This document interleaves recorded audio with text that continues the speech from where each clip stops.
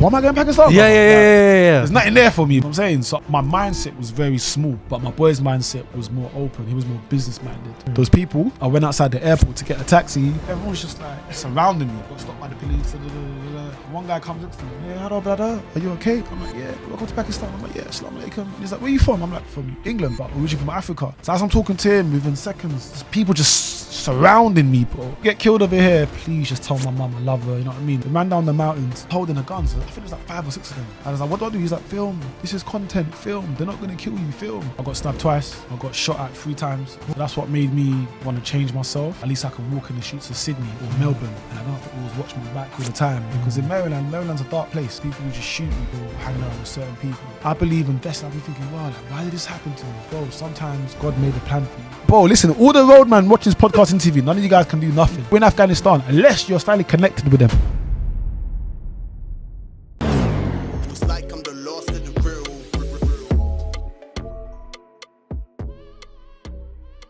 Sweet. Black Man the Traveller, how are you, brother? I'm not too bad, my brother, man. It's beautiful. Is it Monday? Monday today? It's Monday today. Alright, Monday, man. It's good. I'm happy. Yeah. You get me? Sun's out. Lively. Summertime. Everyone's happy over here. Good Come energy, on. good vibes, man. I'm good, my bro. How you been, man? How's the year been so far for you? So far, it's been started off alright, you know. I'll be honest with you. Been to some interesting countries, but right now I need to like bounce back. You know what I mean? Go to some more interesting countries. But yeah, can't complain. A lot of guests who come into my podcast, I always ask them about the countries that they've been to, innit? Yeah. And I think it's one of my favorite topics to talk about. Talk to me about your love for even like traveling, like even from the very beginning. Like talk to me about the beginning of your journey, from even when you realized, okay, this is something I wanted to do. Yeah. So I started. I traveled when I was young. My mum used to send me back home to Africa, so I can connect with my roots, so I can understand who I am as a person. So obviously, when you're young, your parents always send you back home to your countries. And I remember back in the day, in secondary school, she was like, if you ever misbehave, I'm gonna send you over there. And when you turn a certain age, we'll give you back your passport. Bro, I was traumatized. So the first time I ever jumped on an airplane, I was young, like 13s, 14s, 15s or whatever. And then I started to understand how life was back home, like how people live in the village, you know what I mean? How I'm grateful, how I'm born and raised in UK, I've got a roof on my head. Some of my cousins come from deep villages, bro, like walking miles to go to school, bro. Like it's crazy. And then how I got into YouTube, it started off in 2019 actually. No, 2018, I apologize. I moved to Australia. That's a big jump. Yeah, it's a big jump. I moved to Australia. I went there for 2 years. I've done the working holiday visa. Some people don't know that UK passport holders can work in other countries for a certain period of time. Reason why I done that, I got caught up with the gang culture in the UK. So I got stabbed twice. I got shot at 3 times. So that's what made me want to change myself. Not getting into traveling, that was later. So basically what happened is, I remember the first incident was in 2012 during the Olympics. It's crazy. So where I'm from in Maryland, so in Alma Street, I'm not from Alma Street, but I'm from Maryland. But I used to hang around in Alma Street. Alma Street's like the main road, like the main estate basically, like in Maryland and Stratford. People that from Newham that know it. So obviously we used to hang around over there when I was young. And I remember a car must have pulled up. And then obviously I was like, shit, like, who's this? Because we know who's who. We know who drives what car. Well, I just know that the window went down, shotgun, boom, and I was like, fuck, running, guys trying to bust it. I'm just ducking, you know what I mean? That was in 2012. And then 2 days later, on another street, I was in my boy's house. Some random guys were outside the house. I was like, yo, bro, like, there's some random youths outside your house. Like, they're watching your house. She's like, nah, man, it's calm. But with me, I've always been like edgy. I've always been alert. I'm like, bro, listen, stand up, look through your window. There's 2 random guys outside your house. What are they doing? Like, they're not from here. Because we know everyone. Even if you're someone's cousin, we know, nah, that's someone's cousin. So he's like, oh, okay. He didn't really pay attention. So I was like, let me jump back out in your back garden. Jumped over his back garden. Me and 2 other guys went to call the elders. And then we confronted them. And then they just ran. I thought, okay. Like, we didn't think nothing more to it. So we were just chilling on the street, whatever. Literally a good 10 minutes, they came back. But with a whack, with a burner. And then they just tried to bust it at me. So that was like 2 days later from the first time that I got shot at, but in another street. Oh, was it related? Nah, that was just complete something. Completely, yeah. And then on one day after, Yeah. they tried to shoot me on the same road. Yeah. So that was like literally, it was like 3 or 4 days. People tried to kill me within the space of 3 or 4 days. Yeah. Wow. Yeah. And that was all in 2012, my bro. How did you overcome that? Newham is the jungle. People think, because we got Westfield, we got the Olympics, whatever. Newham it's fucked. Safe for swearing, bro. It's a messed up place. Is it still the same today? Well, I don't know because I don't live in the country. But where I came back to the country 2 days ago, I've seen a lot of gentrification. But there's still private neighborhoods. There's still crime. There's still man them on the block. You know what I mean? The other day I was on the block. Like when I came back to the country, I was like, "Oh, you man are still here." Big up the man them. But yeah, so in terms of it was a shock, but it was meant to be because obviously I was putting myself in those situations, hanging around in an environment, with certain people that are after certain people, which was I was definitely aware of, but obviously I didn't know that was going to backfire on me. So that made me understood, okay, you know what, things can turn left. So that's 2012. Then go a bit forward, I moved to Australia in 2018 because of that. So I had to escape certain issues. Obviously, Newham started to come a bit hot, between certain postcodes and against my postcode. South side, north side, Newham, all of that stupid stuff was kicking off, and it was kind of hot for me. So I used to work in hospitality, and I remember one chef said to me, "Go to Australia," and I'm like, "What do you mean go to Australia?" He's like, "Yeah, like when you go to Australia?" I was like, "What do you mean?" He's like, "You're born here?" I'm like, "Yeah." He's like, "Listen, they do working visa. Go there, start from scratch." Because I told him my personal issues that I had in my area because I trusted him. That was a sign. Because he was a work colleague, you know what I mean? He was my chef. So where I built a relationship with him, work-wise, he's like, "Listen, Amir, like you should go there." So I looked into it. I was like, "Wow, UK nationals can go to Australia for 2 years." So I had an option. It was either Australia, Canada, Dubai, New Zealand that do working visas. I just picked Australia. Went there for 2 years. I grinded. I picked watermelons. That was my job, picking watermelons in different parts of Australia. I worked in hospitality in Australia. I've done construction, and then big up my friend Loretta. She must have sent me a random DM. She's like, "Yo, like you should start YouTube." I'm like, "What do you mean start YouTube?" She goes, "Listen, start YouTube." I'm like, "Bruv, I've left the UK for a reason. I don't want to, you know what I mean, go back to that lifestyle." Being a public eye. Yeah. So she was like, "Listen, start YouTube." I'm like, "Why?" She goes, "Because you're a black guy." And I lived in the farms with the Aboriginals, the real Australians, the black people. And I lived in the farms with racist white Australians. And I was always posting that on my Instagram stories. So she was like, "Listen, like you're literally in one of the most racist countries in the world, and you're from the hood. You're living in a farm with Aboriginals, and you're picking watermelons." Because I used to show watermelon snakes again past my foot. I'm picking up the snakes. It's madness, bro. I've got some pictures on my Instagram I can show you, like holding like a brown snake, bro, like one of the most poisonous snakes in the world, just half dead, like hanging out. I've got it on my Instagram. So I was like, you know what? Cool. I looked into it. I typed black content creators. A lot of them were African American. And I typed black travel vloggers from the UK. There was only one girl that popped up, Lydia Dinga, I think, big her up. She was the first black British content creator that I saw on YouTube at that time. I was like, "Wow, you know what? Maybe I can do something." But I thought to myself, I need a name, innit? So people used to call me Black Man from back in the day. I was like, Black Man. I just added DA, the traveller, marketing purposes, and then that's how it started, my bro. Mad. Yeah. Well, you know, when you left, were there still any like signals from like ends from like when you were there? Was it just like it was completely cut off completely? No, it So wasn't. as soon as you were there, that's it. Life had. Yeah. No, it wasn't. switched. It wasn't completely cut off because I still spoke to some of the mandem. Like, Okay. we all spoke on WhatsApp and Instagram. They always told me like what happened. Oh, so and so.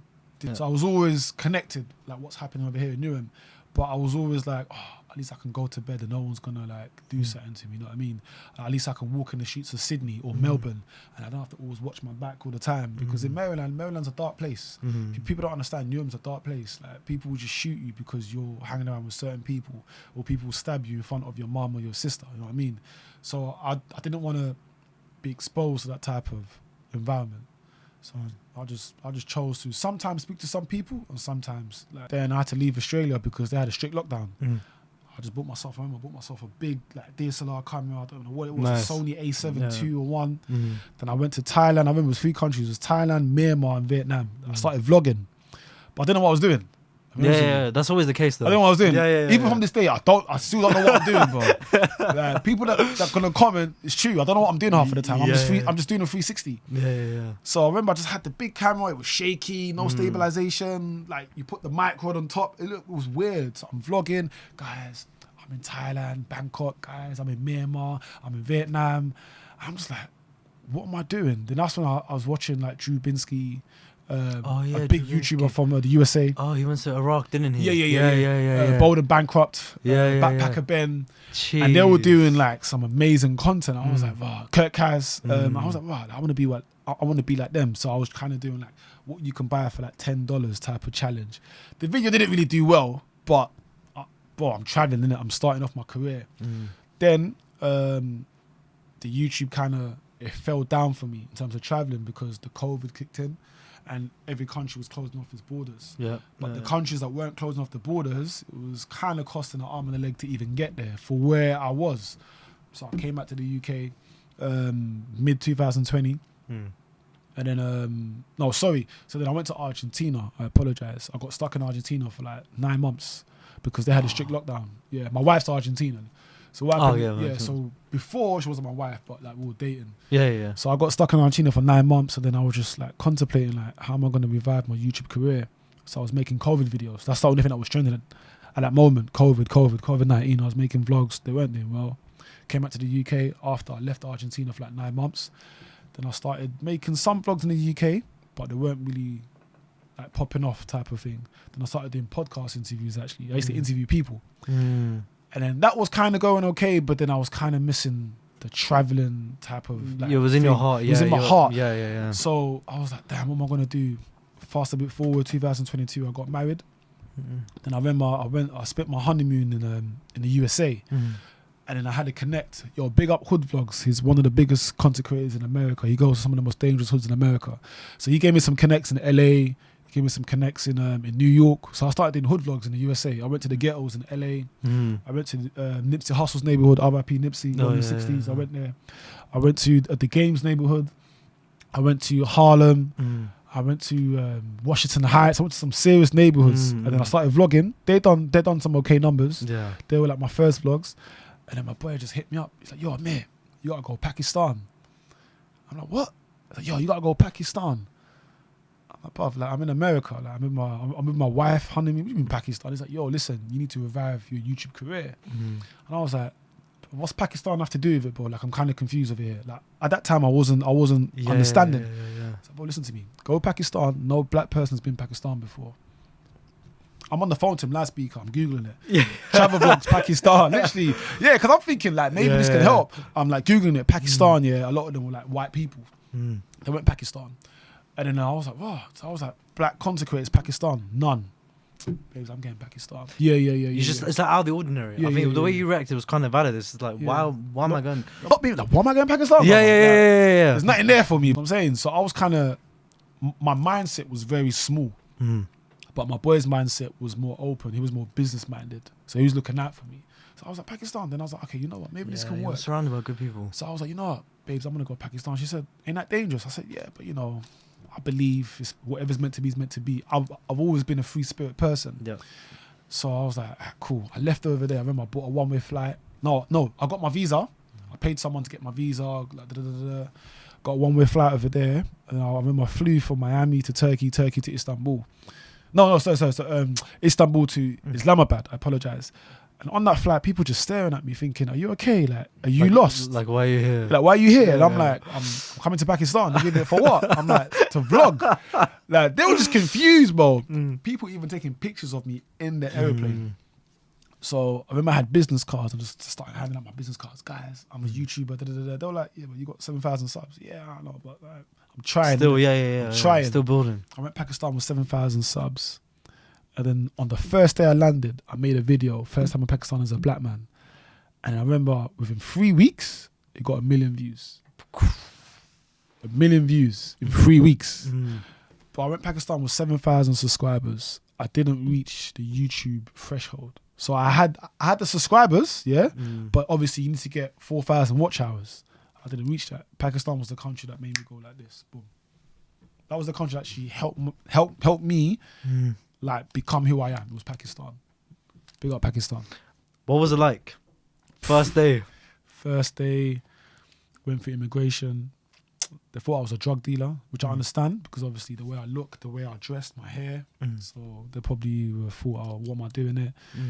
They thought my documentations were fake, which I don't understand. I had like USA passports. I was like, how can I get into one of the most... I think they were in such disbelief. Yeah, they were just confused, but they were just confused. Yeah. And then off camera, which I didn't film, they were asking for money.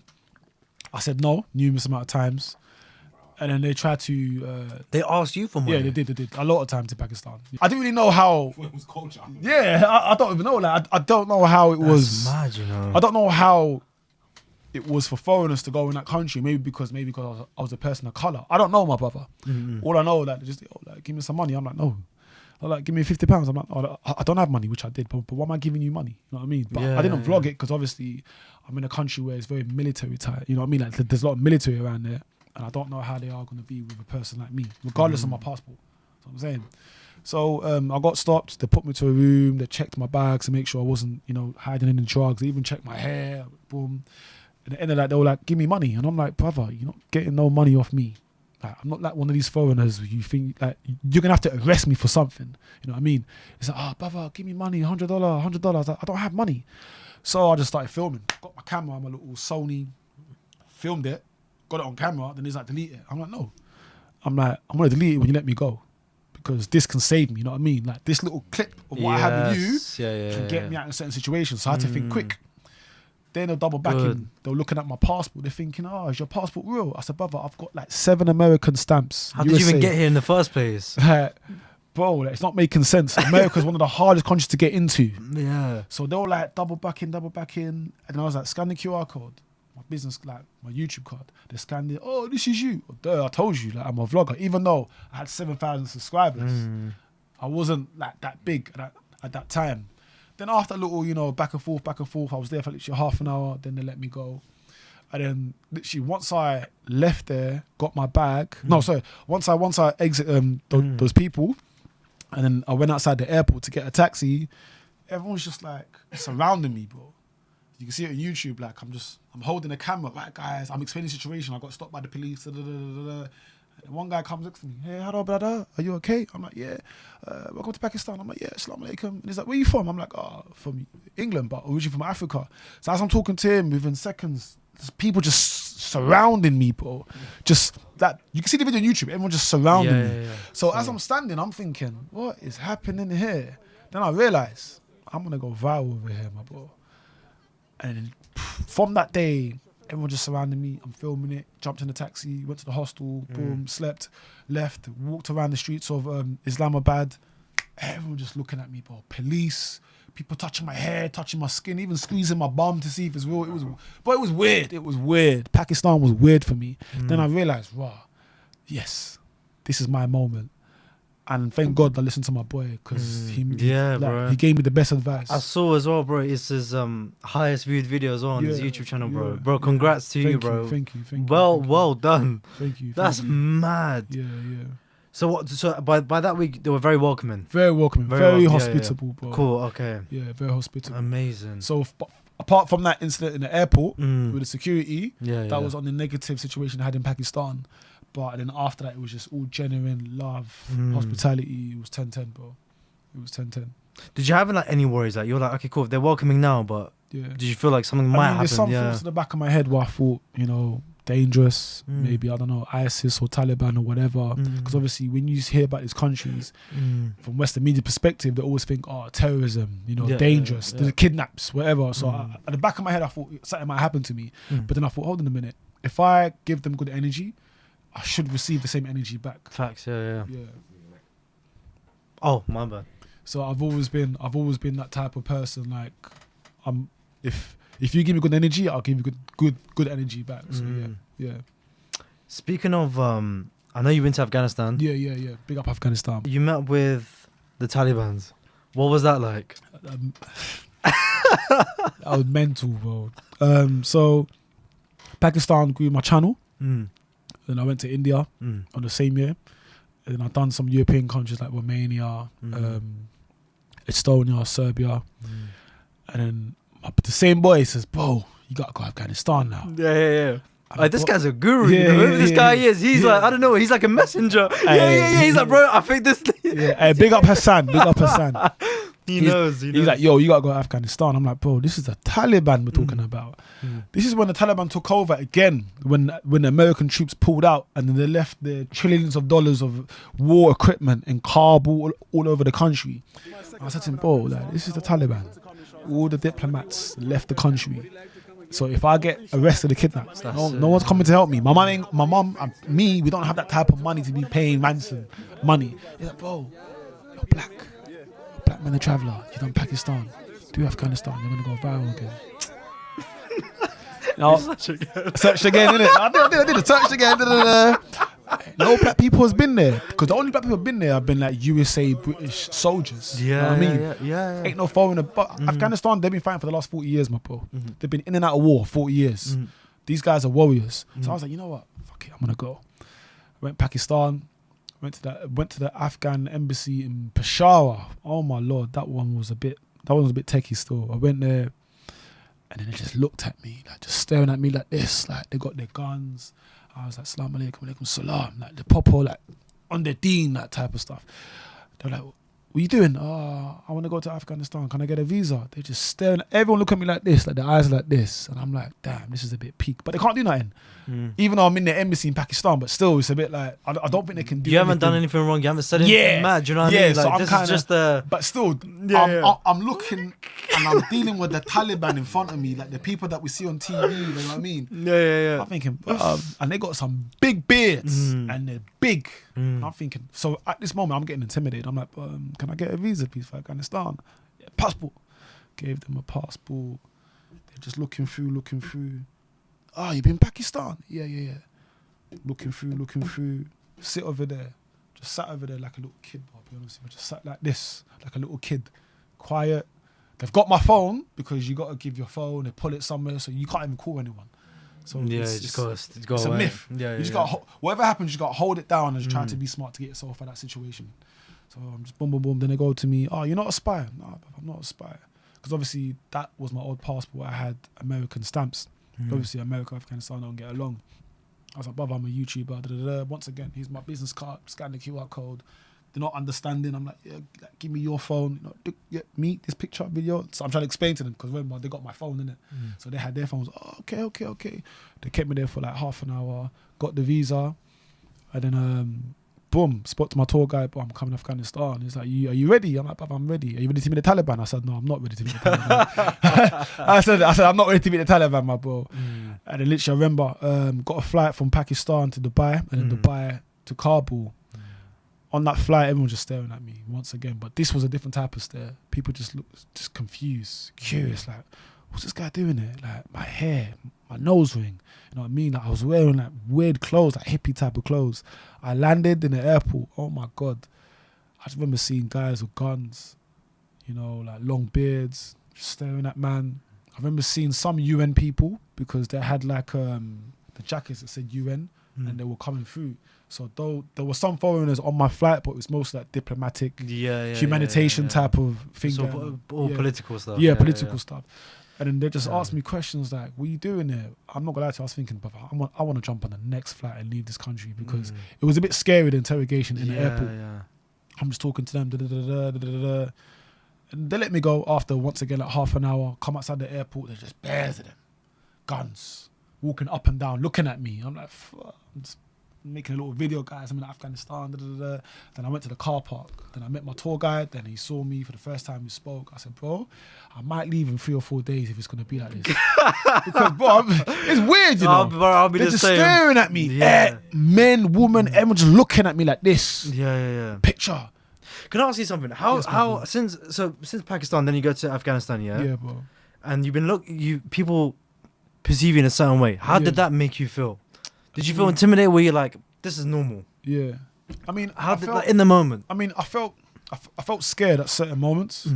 Mostly in Afghanistan. Not Pakistan's a bit more. They're very hospitable and friendly. Afghans likewise, but Afghan was a bit techie, because you're dealing with a militant group that's been fighting Western countries for like 40 years, bro. And these people have never lost a war. They defeated the Russians, bro. These are the people that beat the Russians in the 90s. So you're definitely gonna be intimidated. Even if you're like the baddest roadman, go Afghanistan, they're gonna make you not want to be a roadman, bro. Like it will humble you. So when I went there, I was like, wow, like now I'm in their land, I'm in their laws, rules and regulations. I can't do anything. Yeah. There's no diplomatic ties over there at that moment. Now it's changing, but no, at that moment, no. So I was scared. So whenever someone's looking at me, I'm just standing straight. Sometimes they will just grab you like this, and they'll just get their phone picture. Bro, I'm just smiling. You know what I mean? Yeah. But what can you do? Like, don't touch me. Man's got AK over there. You have to accept it, you know? You know what I mean? Sometimes they just grab you like this, and they're like, you know what I mean? Bro, what can you do? Not even bro, listen, all the roadman watching this podcast and TV, none of you guys can do nothing. Yeah. No one can do nothing, bro. You're in Afghanistan, unless you're slightly connected with them. Man, them are grabbing you like this. Consider yourself lucky, bro. So I'm just like, okay, cool. I just have to firm it. I got stopped so many times at checkpoints going from Kabul to Mazar Sharif, Bamayam. It was techie. I remember there was one checkpoint. I was going northern Afghanistan to Bamayam, and then the guy pulled down. He told us to pull down the window because he couldn't really see us. But it was weird. It was like daytime. I'm in the passenger seat, and then my tour guide was driving the car. So there was 3 of us, and then the other tour guide was at the back. And then the guy just like boom. So my tour guide just pulled down the window. And then he's like, get your camera. I'm like, what? He's like, film it. Get the camera. I'm like, fuck it. I got the camera's on, it's rolling. The guy's like, hey, Salaam alaikum, manana. Then he just jumped. He's like, because I'm in the passenger seat. So he's like, what the fuck? There's a black man. So he just jumped like this. He's like, hey, Salaam alaikum. Then he's like this. Then he's like, hey, go here. Then he's got his gun like this. Then he just radioed, oh, we just stopped a car. Okay, there's a black man in the car. They were like, what do you mean there's a black man in the car? My tour guide's telling me, like, he's translating to me, he's laughing. He's like, bro, there's a black man in the car. They were like, what do you mean? Video call us. So they look at me, they're like, oh my God, there is a black man in the car. Bro, they've never seen a black man before, these people. That's crazy. And they were like, keep him, we're coming. Bro, they ran down the mountains. There's a house in the mountains. I think the video's on YouTube. They ran down the mountains. And then after they just come, they said, oh, where you from? Blah, blah, blah. Come out the car. They're just holding the guns. I think there's like 5 or 6 of them. I was like, what do I do? He's like, Amir, film. This is content, film. They're not going to kill you, film. I'm filming the whole thing. They give it, do you want to have tea? I'm like, nah, I'm all right, mate. Can we go? No. We invite you over for tea. I'm like, nah, I'm all right. And my tour guy's like, don't say no, just say yes. Yeah, okay, brother, I'll have some tea. We're walking up. And then remember, like, the house is like on top of like in the mountain. So I'm walking up the stairs and I'm vlogging. I'm like, if we get killed over here, please just tell my mum I love her. You know what I mean? Like, I'm telling my tour guide because I gave him like personal people's numbers if anything happens to me. Because I'm thinking that they're gonna kidnap me. So we're walking up. We open the door. As soon as we open the door, smart decision, by the way. Yeah. Very, very good. Yeah, boy. As soon as we open the door, then he opens the door. There's one big guy with a beard. He's like this, but he's not happy. We've gone in the room. You know, like, you got the what's that thing called in English? The hanger, when you hang clothes. Oh, yeah. They hang guns. Okay. So as I'm walking in, I'm like, oh, why is there bare wipes? Like, yeah. Bro, there was bare guns over there. They'd have gone to me, sit down. But once again, I was like a little kid, bruv. I sat down. Man to man, bro. I sat down like a kid. I thought to myself, wow. I turned around, there was like a M24, I don't know, some next machine gun, bro, behind me. I'm like, oh, wow, that's a big whap. Then they're just surrounding me like this. The leaders come now. He's like, oh, where you from? I'm like, oh, England. No, but Africa, because I thought, yeah, you know, England went for war with Afghanistan. I was like, oh, Africa. Okay, why are you here? I said, I don't know. You stopped me to have tea. Like, I'm on my way to another city, my brother. Okay. Don't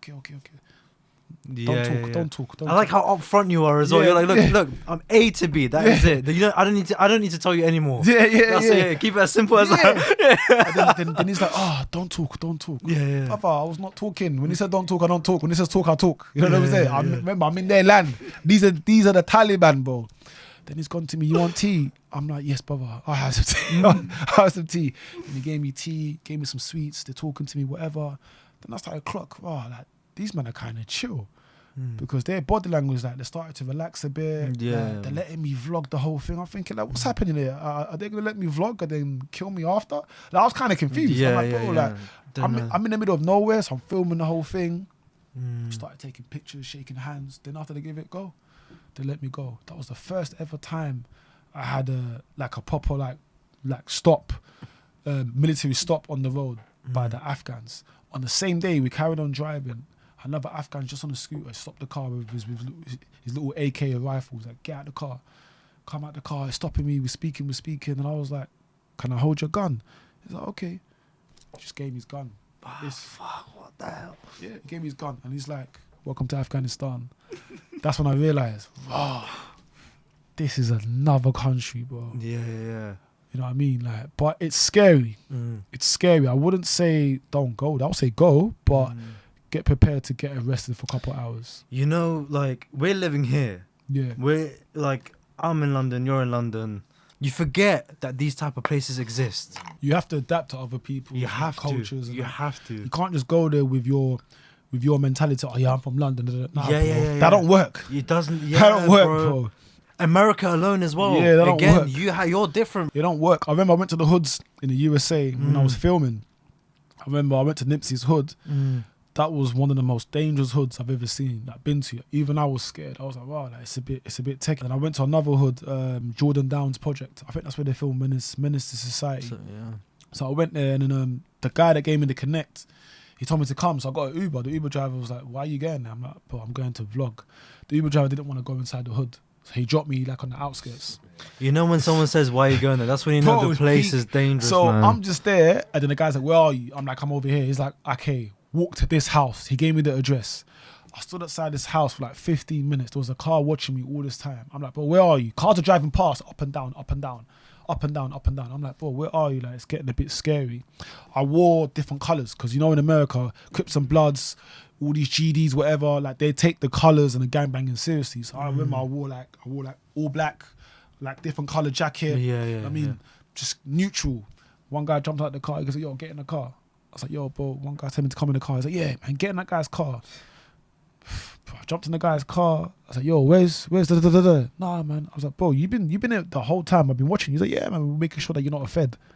I'm like, bro, what do you mean? I'm from the UK. Like, I'm a vlogger. He's like, yeah, but we don't care. Like, we don't trust anyone. Before man started the car to drive to meet the other guy, he opens the glove department blocks. There's a gun over there. So as he's gone now, he's put out the gun. Straight away, I'm like, bro, listen to me, don't shoot. I'm a content creator. I've come here to vlog. I've got the contact from da-da-da-da. Like, I'm not part of this little Crips and Bloods. Like, nah, man, you're good. I'm like, but like, why'd you have a gun like that? And like, why did you have to open the glove box here to show me you got a whack? No, I'm just showing you that, we're here. Da-da-da-da. I'm like, bro, like, I'm not feeling comfortable being around you doing that. But sat in the back of my head said to me, you know what? Just vlogging it. Just vlog. Like, meet up with the connect who gave you da-da-da-da. Which I did, thank God. But I've been in some techie situations. It was one of the most techie situations I've been in the USA, but I've been in other situations in different countries. Tell me one country you've been to where you actually felt really scared. I said Trinidad and Tobago. That's a bad man place, bro. In the Caribbean. Jamaica's dangerous. I've been to Jamaica. I've been to the ghettos in Jamaica, but Trinidad and Tobago, those guys don't play, bro. I'm telling you, man. Trinidad, it's dangerous, bro. What was that like? Next level. The garrisons. Like, I've been to ghettos in Venezuela. It's on YouTube. I've been to ghettos in Argentina, Peru, Colombia, Jamaica, USA, Turkey, but Trinidad, bro. Trinidad. Forget soca. Trinidad, bro. Trinidad Tobago is really, really techie. Like, I had some connects to get into the garrisons or whatever they call it over there. Just getting inside, bro. Everyone's got guns.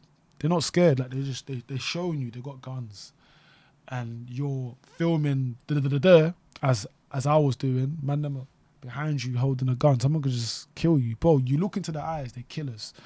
90% of people that lived in the ghettos in Trinidad have killed someone.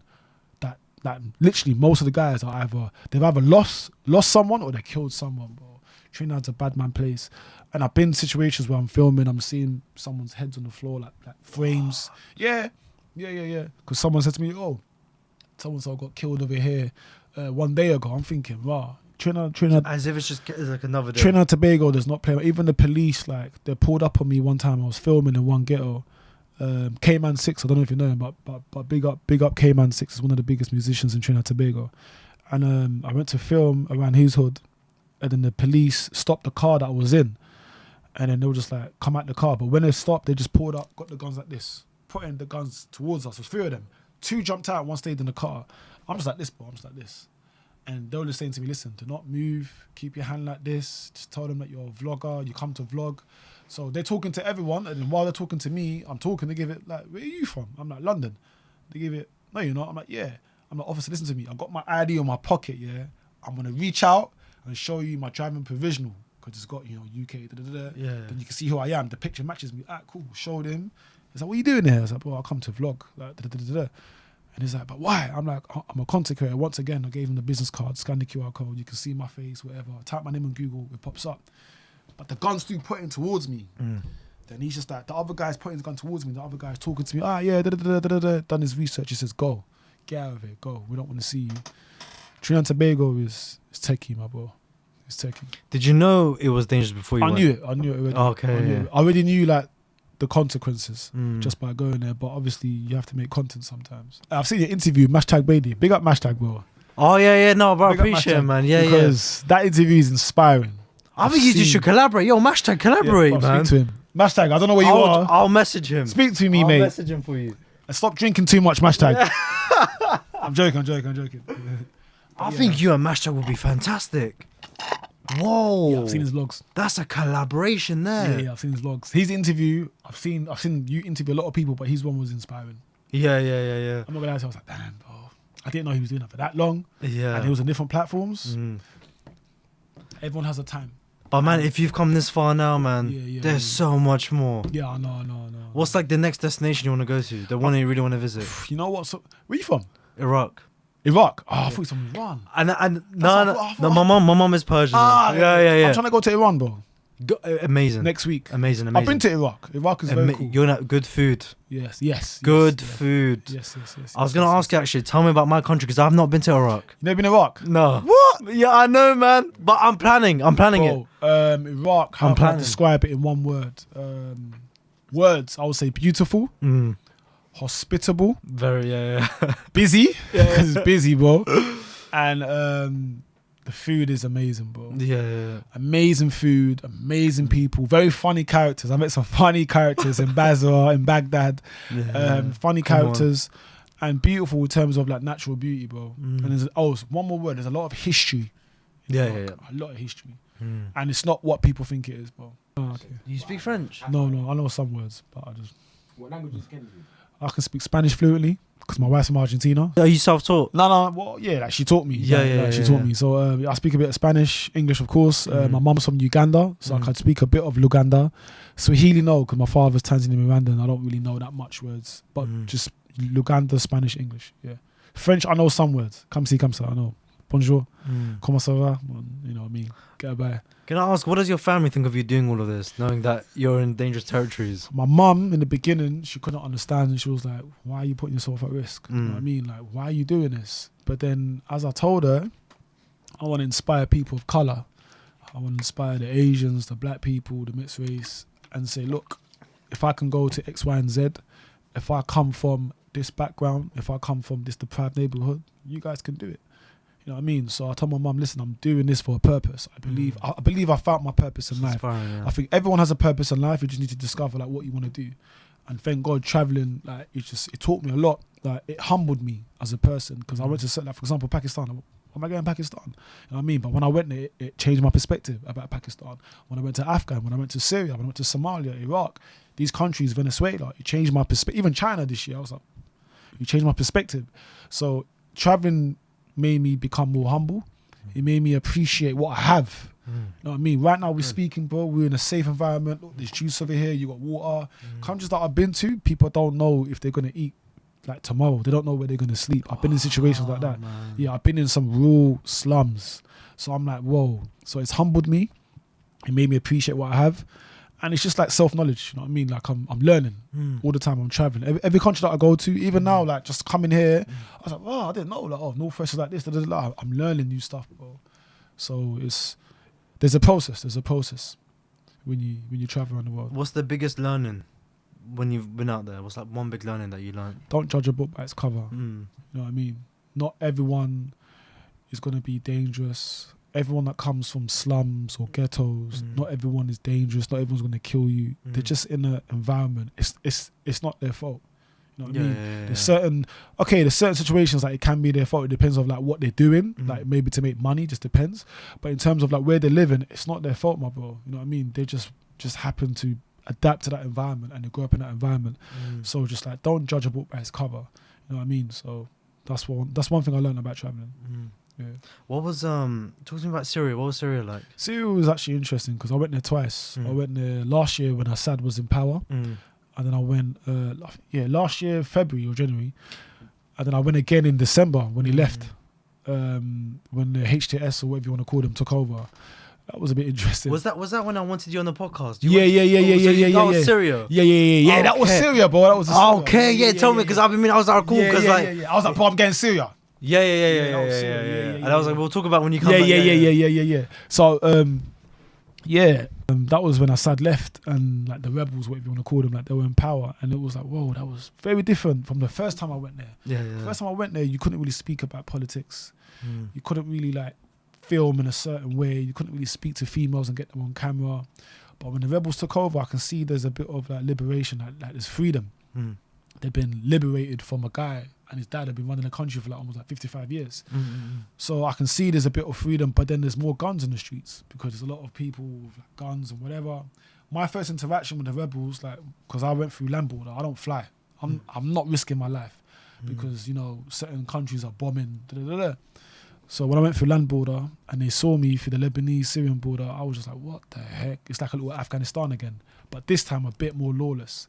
But when I went there, it was Syria was interesting. I almost got killed. My hotel the day before got bombed. Yeah, got bombed. Yeah, the day before. What? Yeah. So that was interesting. That got bombed by the. I don't know if I can say it, but you can edit it. But that got bombed by the IDF, by the Israeli Air Force. So they bombed it, and then because there was some Hezbollah or Iranian diplomats or leaders that were staying around there.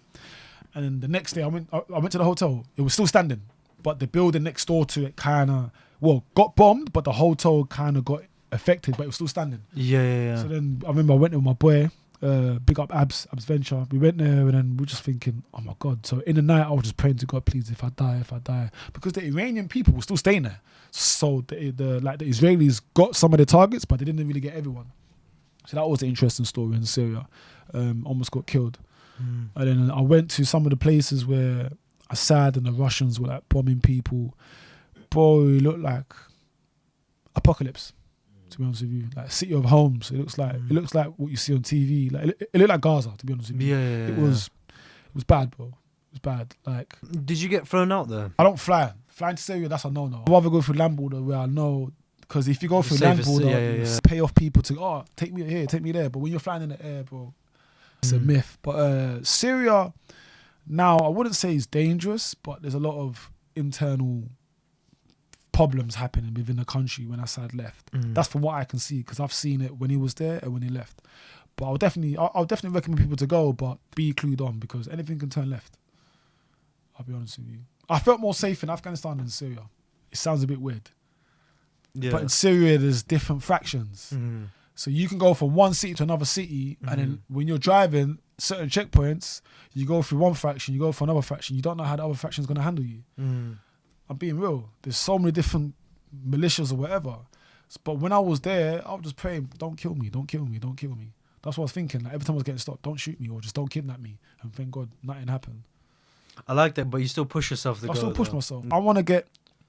My aim of doing this is I want to get the untold stories when I go to these countries. It's kind of like journalism, if you like, some people call it.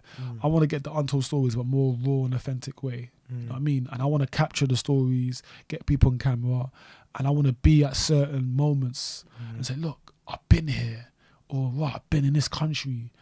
Our government warned us, don't go Syria, don't go Iraq, don't go Afghan. I'm going anyway, I don't care what they say. Because I grew up with Syrians, I grew up with Afghans, I grew up with Iraqis and Pakistanis. You know what I mean? London's a very multicultural, diverse city. And those people that I grew up with, they tell me the truth. Not BBC or like CNN, you know what I mean? So my aim is to go to these countries and capture the untold moments and just pull it on YouTube, but more raw, unfiltered, authentic way. Where does that stem from? That mindset that you have, where does that stem from?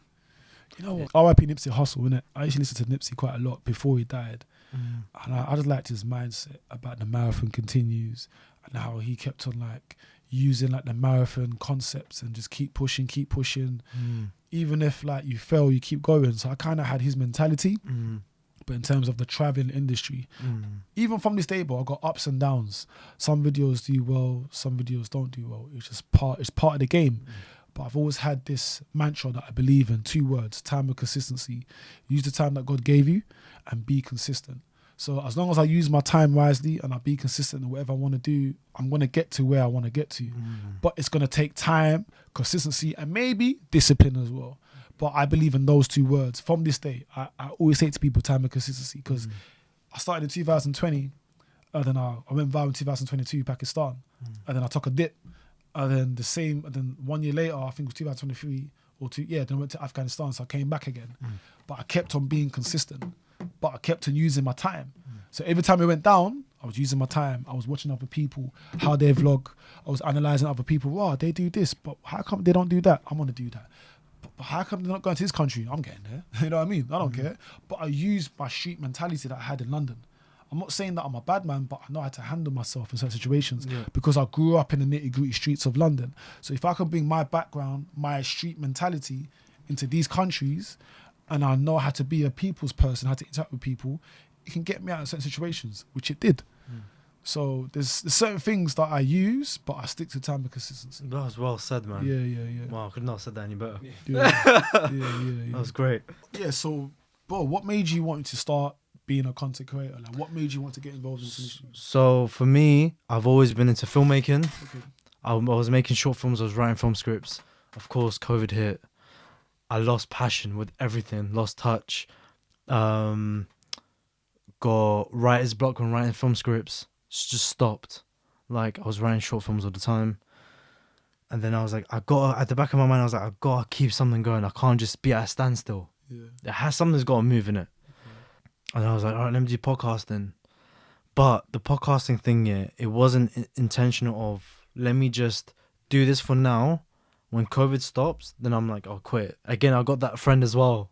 After 3 months, when we came off COVID, and we were having a lot of fun outside, my friend was like, what happened to your podcast? And I was like, man, that was just for temporary, innit? For like COVID times. And then he was like, brother, you started something. Finish it. Imagine if I actually did stop. It's good to be surrounded by good, like-minded people who encourage you to do. You see what happened? That's kind of going back to my mantra, bro. So your boy stepped in, or your friend stepped in, and within that time frame, you took his advice, or he or she, whatever. So you took that person's advice, and you was being consistent.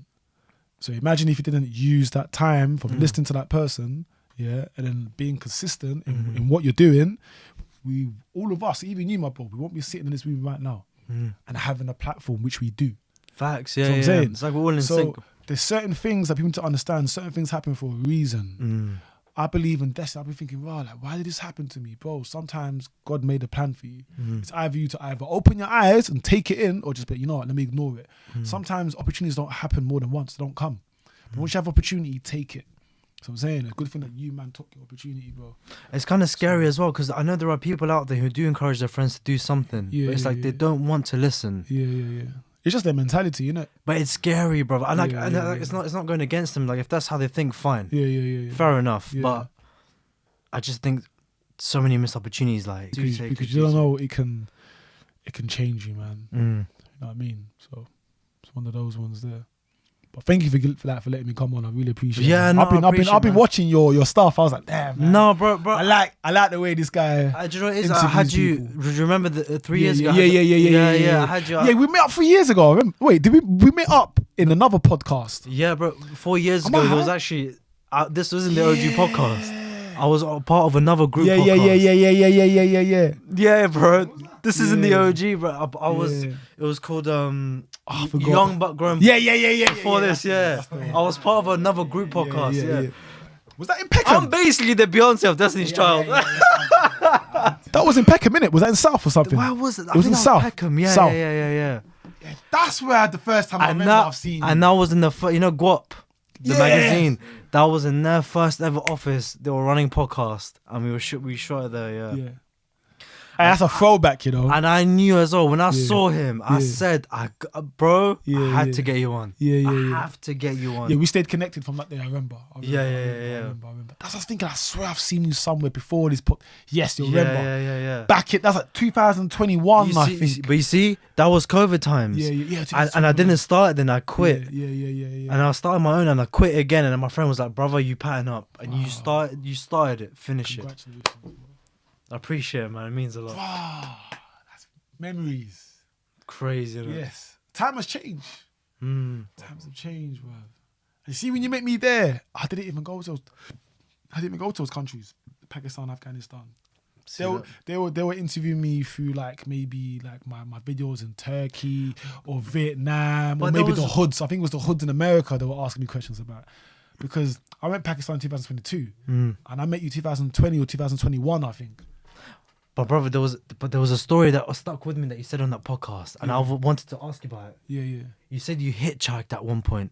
Yeah. Tell me that story. Yeah. This guy got good memory. Brother, I remember it stuck with me because that was the bit. And I was like, raw. Yeah. Who is this guy? Yeah. You know what? You got good memory. So. When I lived in Australia, I met a lot of hippies, a lot of free spirit people. They used to hitchhike. I'm like, bruv, I used to watch that film like The Wrong Turn or something. Like Wrong Turn 1, Wrong Turn 2, where you hitchhike and you end up in random people's houses. So I remember them like, jump in the car. I jumped to the back of the car, some random person's car, then they dropped me off. I was like, oh, this hitchhiking thing's alright. It's not Afghanistan anymore, is it? Yeah. I was like, this thing's kind of alright, this hitchhiking thing. So yeah. I remember it was like during COVID, like my videos weren't doing well. And I was traveling with one Indian youth that I used to do work with. So I used to do deliveries for like Stuart, Deliveroo, them times, because everything was kind of closed. And then I was like, bro, I got an idea. Let's hitchhike from London to Newcastle 1 week and vlog it. That's crazy. And he's like, this is yeah. And after he was like, what? I was like, bro, let's do it. No one's ever done it. It's like hitchhiking. I said, listen, bro, we can make some serious content over here. We might not make money, but we can build something over here. Absolutely. And he's like, have you checked before? I was like, yeah, kind of in Australia, but in the UK never. He's like, cool, boom. Went to London. No, what did we do? No, sorry, we went to Colchester. So he planned the route.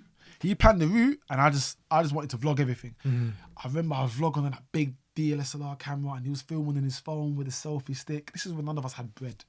Old school. The video's still there, bro. Yeah. So we went to Colchester, took the train to Colchester, then we tried to hitchhike. Everyone's refusing us. We're on the motorway just doing this. People shouting, get a job, muppet, idiot, suicide, hope you die. I'm thinking, wow. Boom. All right, cool. What do we do? He planned the route. He's like, bro, let's go to Ipswich. I'm like, what do you mean? He said, we're going to go Ipswich on the coast, go Norwich, and then go all the way up. I remember then we took a train. That's mad. We took a train to Ipswich. Went on the motorway. I just done this. Just stuck my thumb. I remember I kept doing this. Yeah. A random car pulled up. Romanian brothers. There was like two of them. They just finished work. They were like, hey, where are you going? I'm like, Norwich or somewhere. Hop in. Started filming. Staying in some random person's house that we never met before. So this Indian dude, so like there's a platform called like couch surfing, innit, where you stay with random people. Yes, yeah, I've heard of it. Yeah. I use it sometimes, so like you pay a fee, but at that time I didn't know what it was. I remember we stayed in a person's house, then it was very weird because the guy kept looking at me, looking at him, and then there started to be swingers, like there were swingers, like the husband and wife.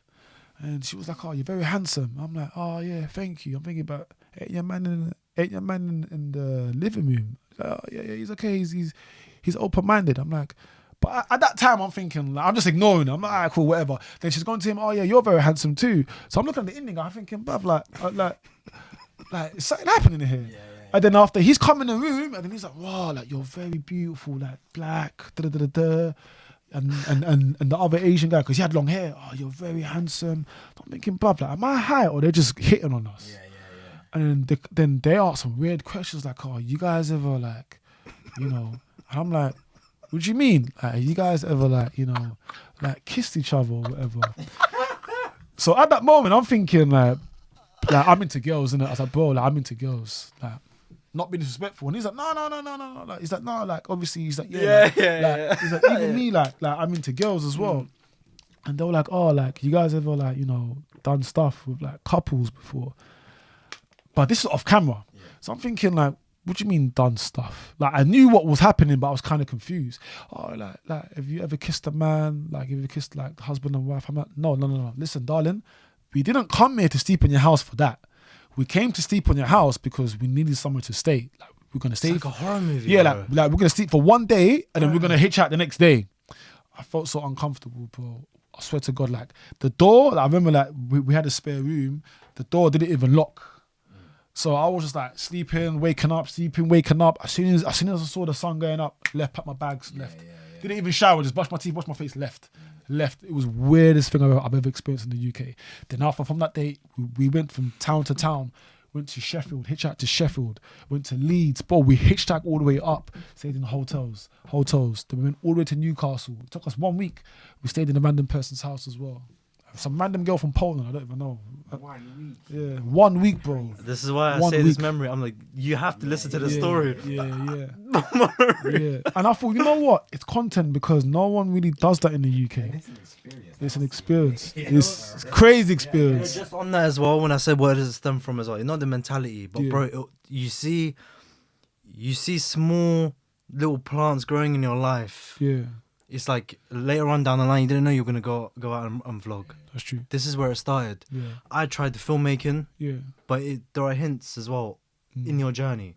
Before that, I even tried YouTubing as well. Tried the fashion vlog. Tried so many things, and it wasn't working. I started YouTube when I was in year 7, bro. I was unboxing Pokemon cards. Damn.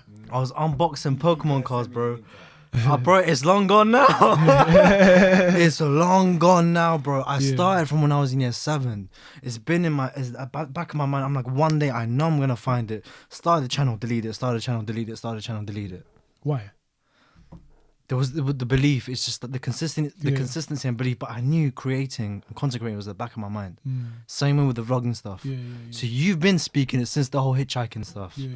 Just got to speak into existence for the future coming. Oh, let's make a vlog. Let's make a vlog. Come, bro. Let's make a vlog. Do you know what it is? Just because it's like, you don't even know where it's going to lead. That's the best thing about it.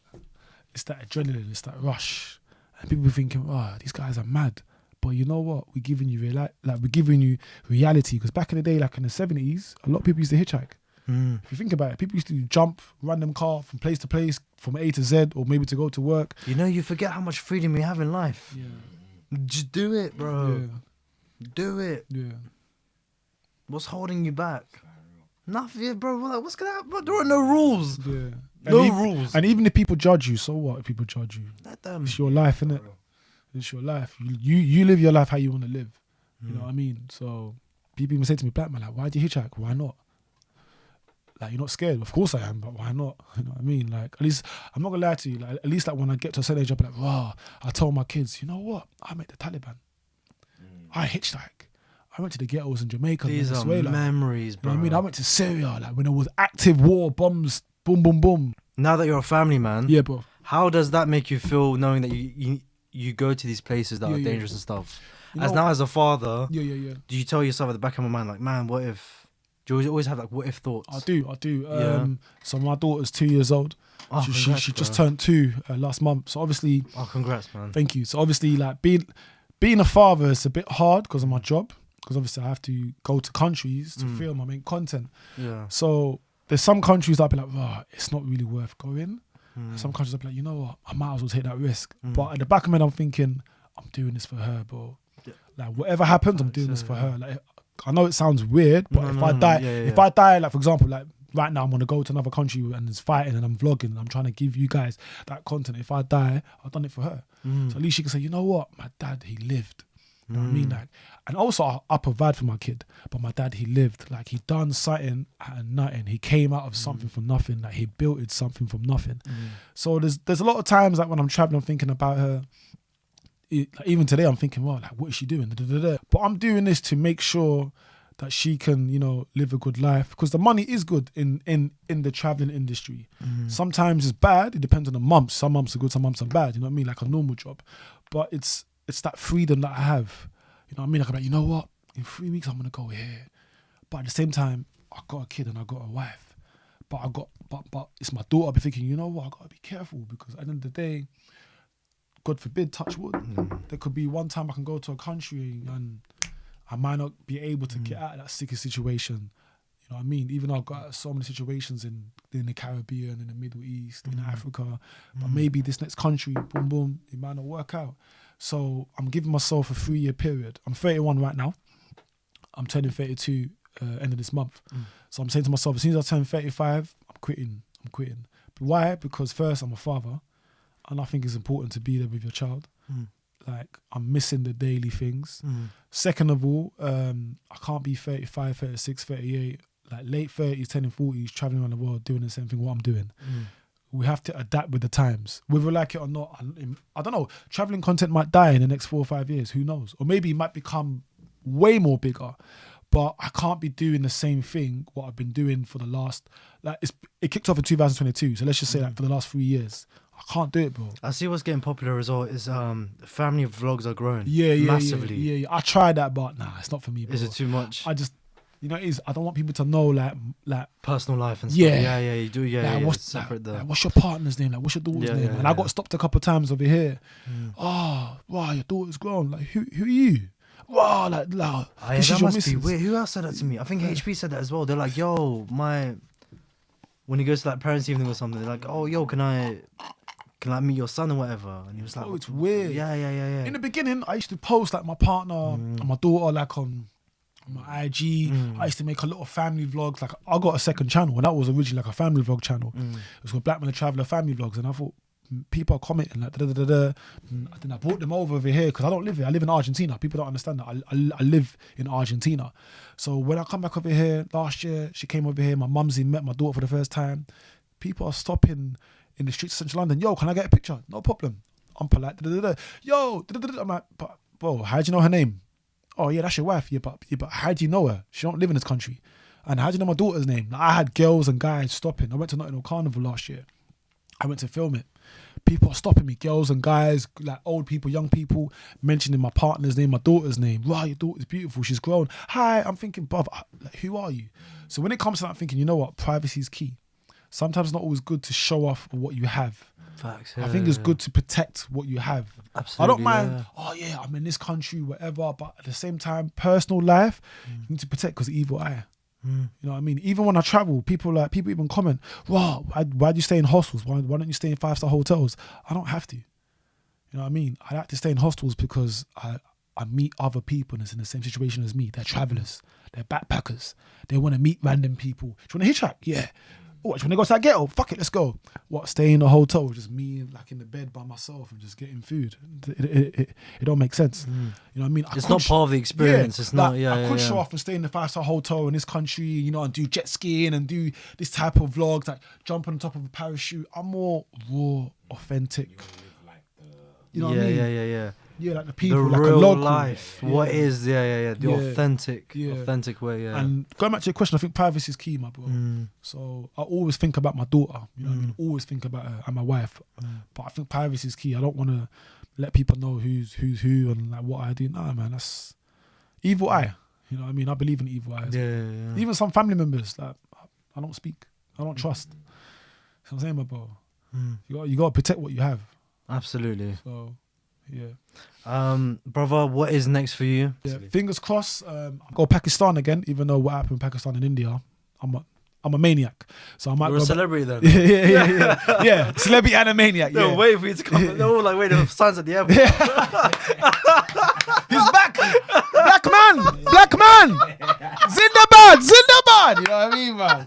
Pakistan, bro. I might even be the president, bro. The first black president. Hey, big up that black girl that went to Pakistan. What's her name, bruv? And she went viral. That American girl. The one who wanted that. What's her name? Peas, do you remember? Or like, I'm not leaving this country until I get paid. Yeah. By my husband. Pay me 20k up front or something, bruv. Yeah. Big up, bro. Hey, she went to hand. But did you see that? She went to Pakistan. You see the way they treated her? Even though she had like mental problems, they showed her love. They protected her. Respected her. They still respected her, regardless of her religion, her colour skin. Yeah. You know what I mean? Like, they respected her. So that shows the real Pakistan people. But yeah, hopefully Pakistan, Iran, or maybe back to Afghanistan, maybe Syria. I don't know. I want to keep it within that region. Come on, man. Yeah. And that's it for the year. North Korea, I was meant to go. That'd be sick. Yeah, I was meant to go North Korea, but they closed. There was like a marathon event that happened. It's so weird because I I'm in a group chat on WhatsApp, and they just had like this marathon thing in April, and they said to me, "Do you want to go?" I'm like, "Okay." And I thought, nah, but it's a marathon. Like I can't run. Not being rude, like I haven't run in years, bro. I'm gonna look silly, like black man are traveling like in North Korea running. Nah, it's dumb. Then I deeped it. It was more than a marathon. You get to explore the capital. You get to film. So I missed that in that big opportunity in North Korea. But the speculations that it might open again later this year. Amazing, yeah. That's if it does open, that's your cue. North Korea will be the last country I'm gonna visit this year because I believe. Yeah, they're closed. They're closed. Touristic. Some vlogger done something or something happened. Yeah. I was gonna say they're still doing that. No. But if North Korea does open this year, that's gonna be the only country I want to finish the year with, North Korea, because I ain't seen no black person apart from that famous basketball guy that went there. I ain't seen no black content creator been to North Korea. So I think if I go there, and the way I film, That'd be an experience, it could be good, but I know That'd a lot be of the so videos good. are scripted in North Korea because you're restricted to film certain things. But yeah, North Korea will be the one for me. I'm not scared to go. I'll go to any country, to be honest with you. But yeah, Yeah, North I feel Korea. like you're fearless now. Yeah. Somewhere. Yeah. You're like, nothing's gonna get in your way. Like, regardless, Yeah. like you're like, yeah, been there, done that. I've Yeah. seen it all. Do you feel like you've seen it all? Yeah, I think, yeah, I have. Any country you'd like to second guess and just be like, Can I say it on this podcast? Yeah, though? yeah, of course, yeah. Are you going to edit the video? No. It's up to you. Fuck it, you can. I'll say Israel, bro. Okay, yeah. Israel as well. I don't, you know what I mean, because sponsored deals and all that. But Yeah. I wouldn't go to this country. Mm. Reason why, because obviously, you know what's happening. Yeah. Second of all, two of my friends, they got stopped when they went there. One Canadian vlogger, he's got 500,000 subscribers, Christmas, let's big him up. Another guy called Callum Abroad, Scottish guy. He went there, but they don't know each other. They went there like 2 random times to film. And then they were stopping them, they give it, oh, why did you go to this country? And then they watched all of their videos. And I popped up because I was with the Canadian guy in Pakistan. I was with the other guy in Pakistan. I was with the other guy in Afghan, I think. No, yeah. So I popped up and they were like, oh, who's this black guy? What does he do? And they were like, oh no, he's just a vlogger. And they said to me, look, these people, they're watching you. I don't think you should go. So that's the only country that I wouldn't go to in terms of my security and protection. But apart from that, I will go to any country and vlog. Like I went to Russia last year. It's not what you think. I went to Dagestan. as a black man as well. It's not what you think, bro. I went to Dagestan and Chechnya, like where Khabib and them man fight. I went there. The vlogs on YouTube. Well, it is what you think in terms of like, yeah, like, them man don't mess around. Them man are big, bro. You see them Russians, they're built different, big beards. Yeah. They're welcoming, but they're just curious. Like, when I Big went- place, you know. like Moscow, St. Petersburg, not many. I mean, Moscow is very diverse. There's a lot of like Uzbek, Central Asians, Middle Eastern as I well. can imagine, black people. St. Petersburg, not as much. But when I went to Chechnya, Dagestan, like the fighters, you stick out like a sore thumb. They're just confused. I think, what are you doing? You know, before I was born, my mum used to live there at one point. Wow. In Russia. Wow. Yeah, but imagine me. Yeah. Like, do you see what I'm saying? Like, bro, like, what the fuck? But what? But you What, see, lost the real Russian? but bro, I mean, you see Russia, yeah? Russia's very, very advanced. People don't know that. People think, oh, like the war with Ukraine.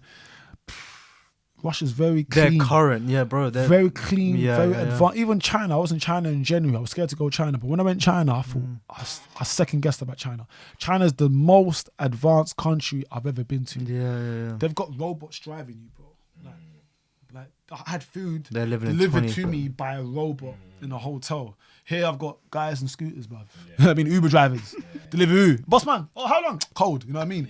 There, it's like, like, what, bruv? What is this, bruv?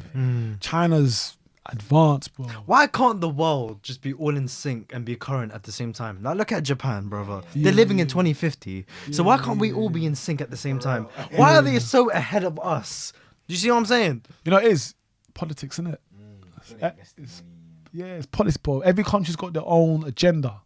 It's all politics. Like, for example, I had some opportunities for sponsor deals because obviously we can get sponsor deals. So some sponsor deals reach out towards me. Some of them were happy, some of them weren't happy. But a lot of them are like, oh, your style of filming doesn't really represent what we are trying to push out. Right. So I'm like, oh, and also sometimes I'm like, who you represent. So I'm like, wow, it kind of hurts. But then it's like, I understand it's political. You know what I mean? everyone has their own political agenda. So some brands have said, yeah, we don't mind to work with you. Like, you got big numbers on YouTube, TikTok, Instagram, whatever. But it's like, the places that you go to, nah, we can't really have that. You can't really Because they want the lavish sort of lifestyle. That's what I'm saying. Yeah, I mean, like the VPNs, the eSIMs. Nah, mate, you been there? Nah. I'm saying, mate. Nah. Yeah, it's happened to me, bro. It's happened to me before, bro. I can't believe they take that into account. I've had one of the biggest eSIM companies, Holify. They reached out towards me like 2 years ago, but see me, I'm a bit slow. I don't really reply to my emails. I'm very slow. Then I just realized, right, they did reach out towards me 2 years ago because I went on like on their thing, and then I sent them a DM last year. Look, I'm a content creator. They're like, okay, cool, no problem. All right, we're gonna look back. Wow, we've seen your numbers, right? You got like 500,000 subs, whatever. Unfortunately, your content is not what you're looking for. We're looking for more travel-related content creators. Bro, Black Man the Traveller, the name speaks for itself. My content speaks for itself. And I'm like, what do you mean more travel-related content? Like, yeah, we're looking for more travel-related content creators. But if anything happens, we're gonna we reach out towards you. So I reached out towards them again. Like, I think it was like in February or March this year. They gave me the same answer, and I realized, wow, maybe it's because. Maybe man's skin, maybe it's because the content that man's putting out of the countries that I'm going to, and I'm not showing what they want to see. So I'm saying, I'm with the Afghan, man's chilling. I drank tea with the Afghan. I shot guns with the Afghan. You know what I mean? I was in Syria, I chilled with some of the rebels, just chilling, eating food. You know what I mean? I went to Somalia, chilling, no security. But they want to see maybe war, bombs, poverty, boom, boom, boom. So I understand it's a political thing. It goes back to what you're saying, like, why can't the world... Everything's political and interest within their agenda, within their interest, bro. And then we're in the you know one time. We live in a materialistic world, whether we like it or not. You know what I mean? So everything, money talks, innit? Sometimes they don't care. Oh, you got a big following, like, bro, like, nah, we're not gonna pay him until he changes his or her, until they change the way they film. Okay, now he's done that. Right, come, we'll give you this X, Y, and Z. I even keep saying, Blackman, how come like you're not like mentioning certain things on your video, like sponsor things, because they're not interested in what I'm doing. My video's too raw. It's too raw. I don't know who you watch on YouTube, but a lot of like maybe some of the people that you watch on YouTube, they don't go to the. But you know what, man? I watch Mark Weens. Do you know? Yeah, big up Mark Weens, food vlogger. Big him up, he's incredible. Yeah, big him up. And Mashtag, that's really what I watch. Yeah, Mashtag of respect, bro. Yeah. I'm not gonna lie to you, I started true, watching. authentic content is the best type of content. Yeah. Like, you can't, bro, like, you can't fight it. Yeah. Authenticity, it sells. Yeah, it does. But unfortunately, some people don't like my ones. Soon come. You know what I mean? Like, I don't know. Soon come. And I've been doing it for 3 years, bro. 2022, 3 years. No, bro. soon come, man. Keep checking them emails. Yeah. Keep checking them emails. Brother, I appreciate you for coming on this podcast, man. Thank you so much, man. Thank you for letting me coming on. No, bro, I look forward to see what you're doing next. Yeah, I appreciate it. How come it's like North Korea is going to be the last one? Yeah, that'll be the last one. If it opens, 100% North Korea. If not, then this trip now, this Afghan, Iran, Pakistan trip. And you're just going to take a break, yeah? Take a break, but I'm going to take a break. What I do, I try to make enough videos to last me for a certain period of months. Nice. Take a break, chill with my daughter. And then next year, I don't know what I got planned. Yeah. I don't know what I got planned. That's good, man. We'll see. We'll look forward to it, man. Good luck with everything, man. You have done incredible so far, man. I appreciate it. So, yeah, man. All the best to you. Thank you so much, brother. I appreciate it, man. Thank you, man.